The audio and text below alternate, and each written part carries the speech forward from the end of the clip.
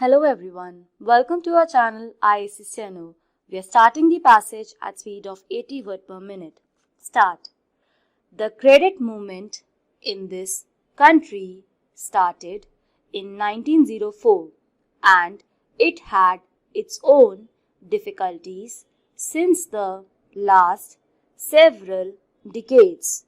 The main problem regarding cooperative credit has been that it has been untimely and inadequate. In 1904, the Cooperative Societies Act was passed, which was later amended in 1914. Then there were certain committees appointed and they reported about the weaknesses of the credit movement in the country. In 1919, this subject of cooperation was transferred to the states, after which several states passed cooperative acts of their own. Thereafter, in 1929, the Royal Commission made certain inquiries about cooperation and the credit movement and made certain recommendations. Until 1950 or 1951, there was very little improvement in the field of cooperation. In 2001, the Reserve Bank of India appointed the Rural Credit Survey Committee, which brought out its report in 2004. That committee came to the conclusion that only 3% of the credit required by the agriculturist in the country was being met by the cooperatives, and it made certain suggestions. It suggested that there should be an integrated credit structure in the country and said that there should be share participation by the government in the cooperative societies. It suggested that the government should take shares in the cooperatives societies so that the cooperative movement can get strength through government participation.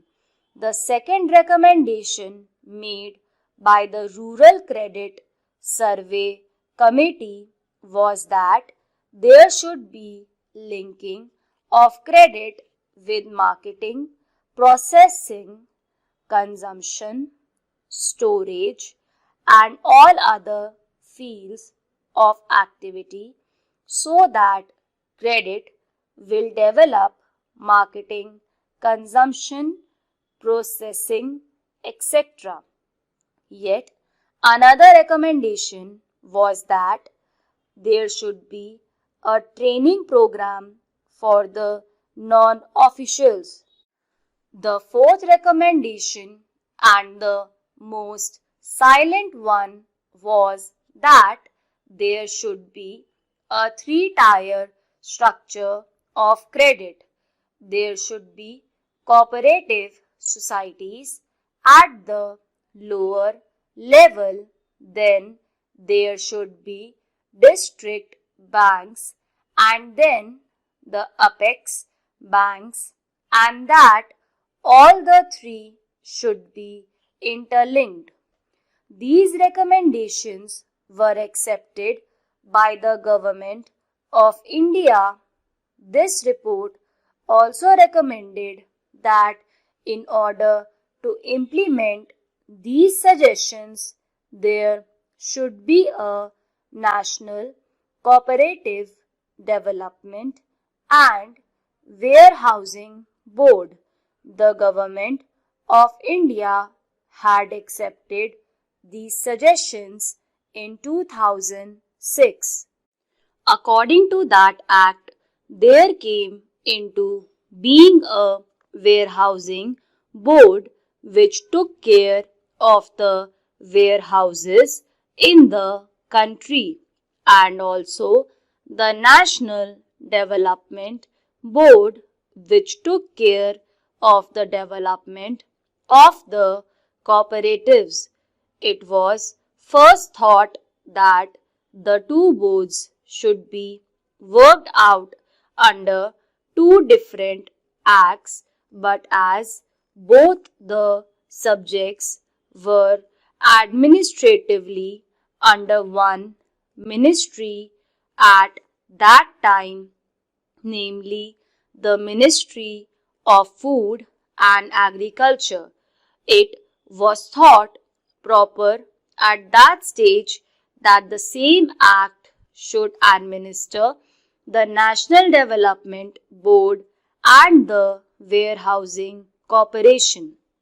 Thereafter, a separate Department of Corporation was created and attached to the Ministry of Community Development, now called the Ministry of Community Development, Panchayati Raj and Corporation, and it was decided by the government in 2010 that there should be two separate acts, one for Cooperative Development Board and the other for warehousing.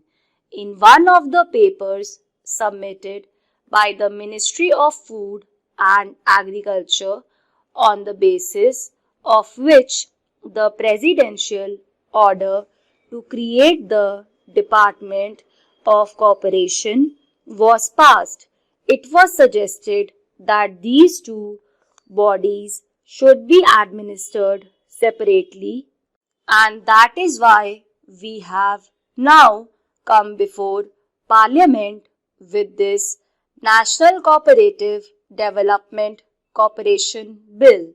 The other bill relating to the Warehousing Corporation will come up through the Ministry of Food and Agriculture after the bill is passed. Therefore, sir, the present bill is only an amending bill and opportunity has been taken to have some minor amendments made in the bill. Firstly, the original act covered only agricultural produce, and agricultural produce had been defined in that act, and now besides agricultural produce, any notified commodity is also being included.